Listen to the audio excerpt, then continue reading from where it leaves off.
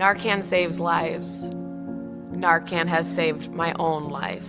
Everyone should be carrying Narcan. It reverses an opioid overdose. It's easy to get. It's almost at any pharmacy. You don't have to be 18, and you don't need a prescription. It is saving lives every single day.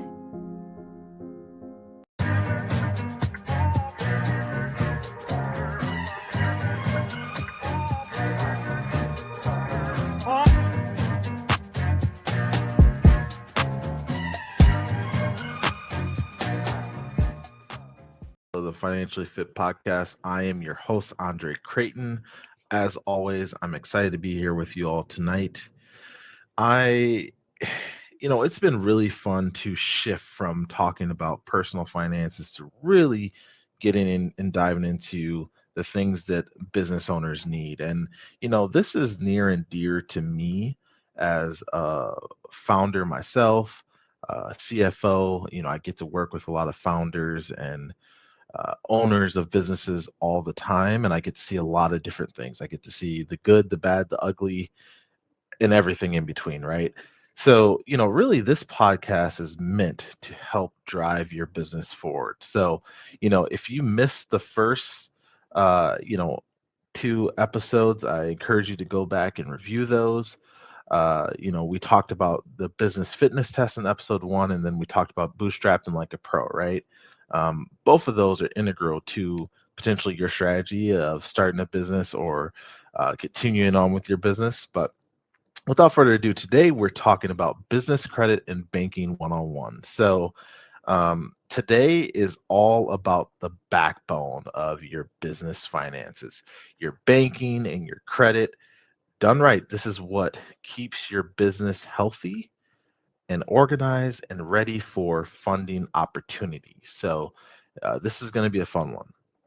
I promise you today, you'll leave today's episode knowing exactly how to separate your finances, build business credit from scratch, and avoid the mistakes that cost business owners funding down the road. So let's hop in.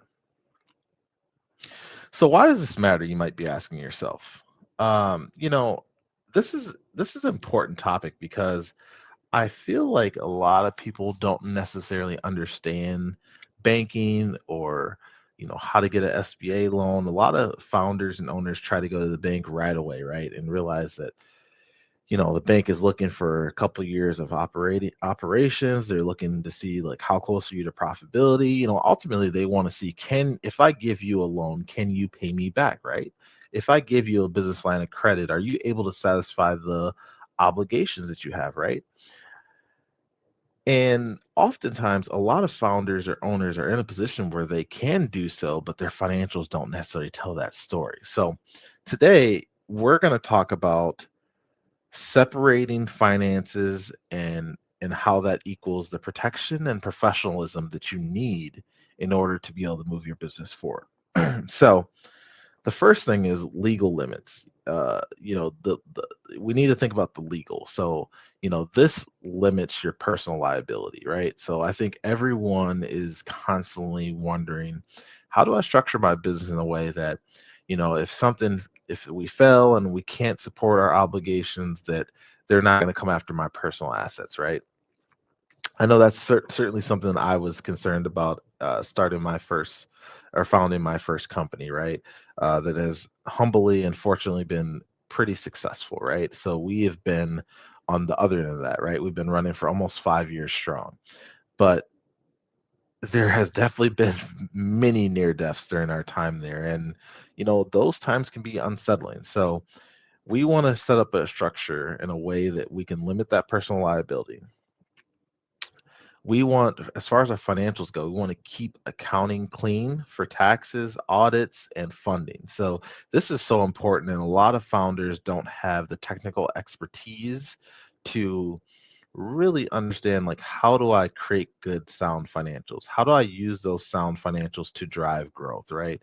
I think the really good founders that maybe don't have a finance or accounting background, they figure out how to do so along the way, and sometimes that means making some mistakes, which is fine.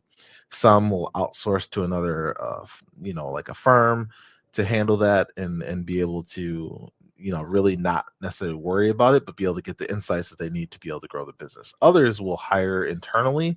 And what I find is it's really hard to hire internally if you're not hiring someone very high level that can think holistically about the entire picture of your finances, right? So then the next thing is professional, vendors, lenders, investors, they'll take you more seriously when you have separated your financials, right? And you've protected yourself from any personal obligations. So I think it's important for us to set the foundation first. And, you can't really build financial strength if your foundation is shaky. Banking and credit, that foundation. So we want to make sure that we are setting a good foundation to be able to move ourselves forward. So we're going to talk a little bit about the 5 steps of banking and credit fitness. Okay. So the first one is we want to get legit. Register your business as an LLC, S corp, or other entities. It could be a C corp, depending on if you're going to raise capital, right? Avoid sole proprietorship if you want strong credit separation, right? So and sometimes you can't avoid that, especially if you don't want to elect a S corp. But if you're a sole owner, you want to be able to have someone that can help you think through kind of the legalities and the legal structure of your business, right? So that's very important. Obviously, apply for EIN. I think this is pretty basic knowledge, but if you're new to this, make sure you go to IRS site and you apply for EIN. This is your number that's going to help you be able to sign up for your Minnesota. I'm in Minnesota, so I say Minnesota business registration or whatever state registration that may be, right? Your EIN number is also, it's like your social security number, right, for your business.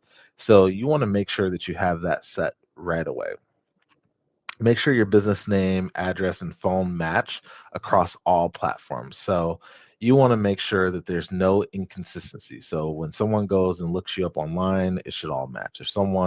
If whatever deliverables you're giving them, that should match what's online, right? They should not see any inconsistencies across platforms or deliverables. Open up a dedicated. So number 2 is open up a dedicated business bank account.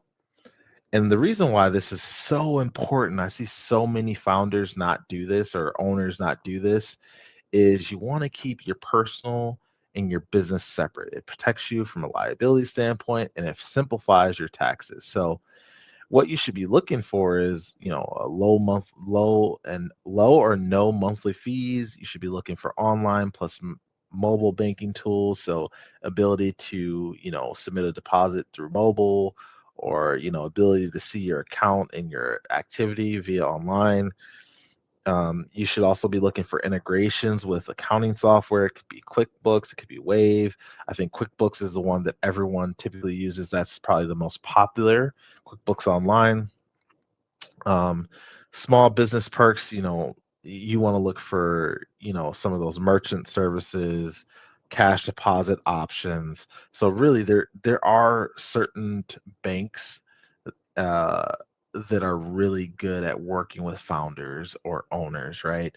I know I've been seeing a lot of owners and founders using what's called Mercury as of recent. It tends to be a lot more early stage owner founder friendly. But you also can go your traditional banking route. I'm a big fan of credit unions. I use credit union for my personal. When I started my tech company, we actually used US Bank because we wanted a broader, more national bank. So that was a good fit for us, but it's also not a good fit for everyone. I also know that too, the hometown banks sometimes will be a little bit more aggressive with depending on the structure of the business. So forming those relationships are so important. Number 3, start start building business credit early. So step 1 of that is apply for a business credit card, use for recurring expenses, pay in full monthly. That last part is so important. Pay off that credit card in full monthly. We don't want interest rolling over. Just like I talk about on the personal finance side, we don't want interest to accrue and we don't want to be paying high interest credit cards off within our business. Now, sometimes, rough times come and you have no choice, but in practical, um, in traditional fashion or practice, we should be paying that off every month. Okay. Number 3 is always pay early or on time payments, because those are the number one factor in your business credit score. So that's so important, and we want to make sure that we are paying our bills on time, because that's going to factor into your business credit score and ultimately your relationship with your banker. The fourth one is monitor your business credit profile. So get you a DUNS number. So that's a DUNS number, from Duns and Bradstreet. It's free. It's needed for credit applications. It allows them to check your, experience business, your Equifax business, and your Dun and Bradstreet. Watch for errors and oftentimes update info annually, right? Especially as things are changing, right? So that's going to be very important. Number 5 is avoid common mistakes. So common mistakes, commingling funds, using personal account for business transactions. I've been guilty of this as well, and I know better, and I know it's really tough, right? The nice thing is that, when I have been a sole proprietor, when I was running my consulting practice, I would take funds out. It's a distribution to me, and I would use that for whatever I was going to do on the personal side, right? But what we want to avoid is actually swiping our card for personal expenses. Now, if we take money out, it's easy to track that, right? And what that was for, and being able to use that as a distribution, right? Over relying on personal credit to fund the business. This is one of the biggest traps, and I know a few founders that do this. Some have been super successful and have gotten to an exit by betting on themselves and using their personal credit to be able to do so. Others have drowned themselves in a lot of debt trying to build their business, and quite frankly, there's just so much uncertainty when you're building the business. Like, you could have the greatest idea, right?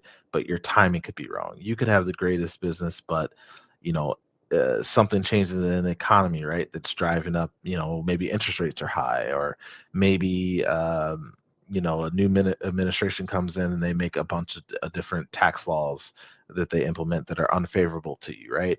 So we have to be very conscious when we think about using our own personal debt to be able to fund our business, and what that looks like. Missing payments, literally one late can hurt you for years. So one late payment can hurt you for years. So I'll give you an example.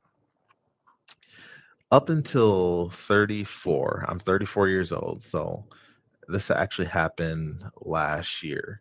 Me and my wife, we were just like super busy, like with our kid, and job changes, moving to a new home, et cetera, right?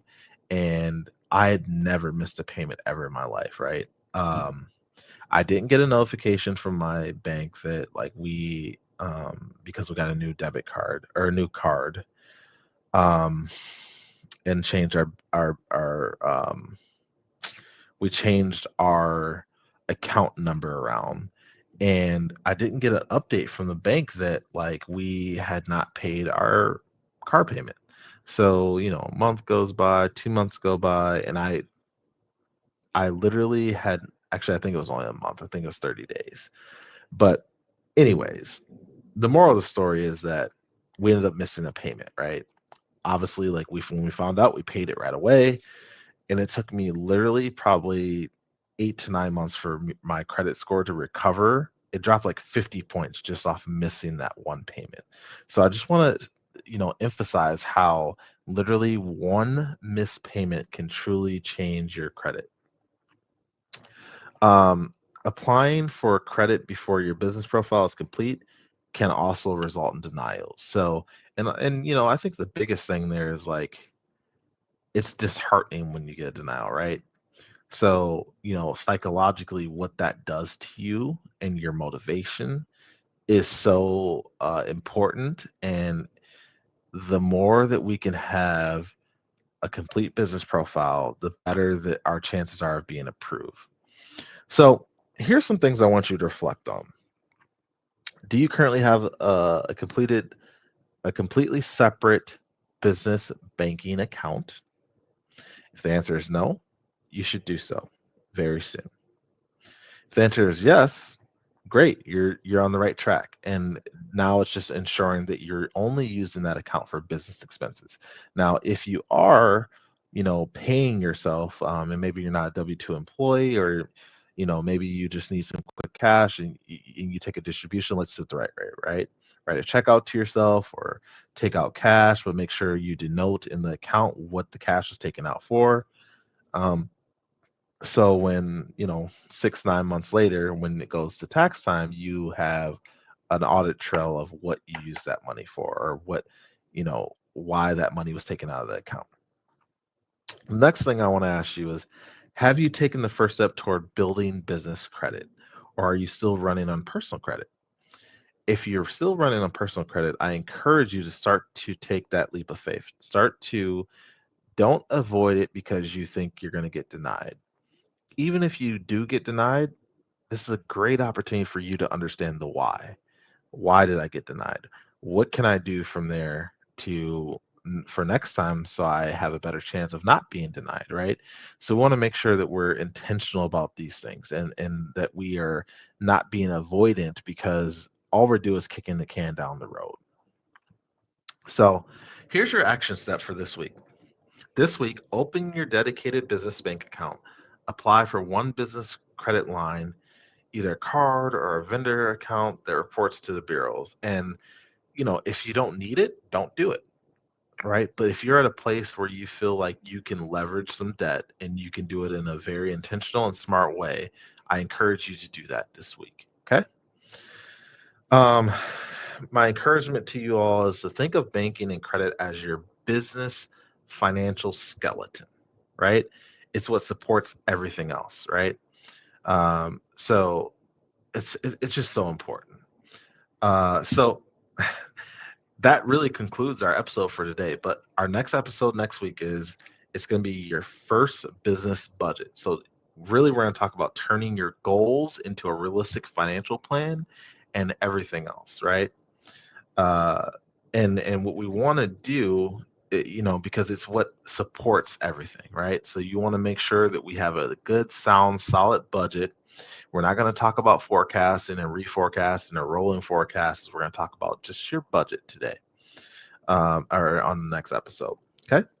So if you found this episode helpful, subscribe, share it with another business owner.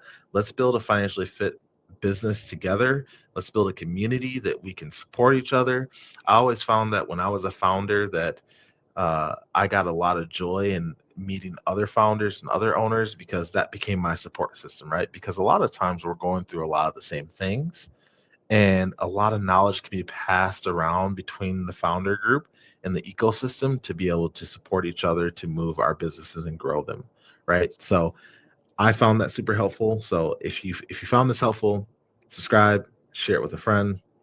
And as I always say, it's not about how much money you make. The power is in how much money you keep. Thank you so much for tuning in to the Financially Fit Podcast. I am your host, Andre Creighton. I look forward to seeing you all on the next episode.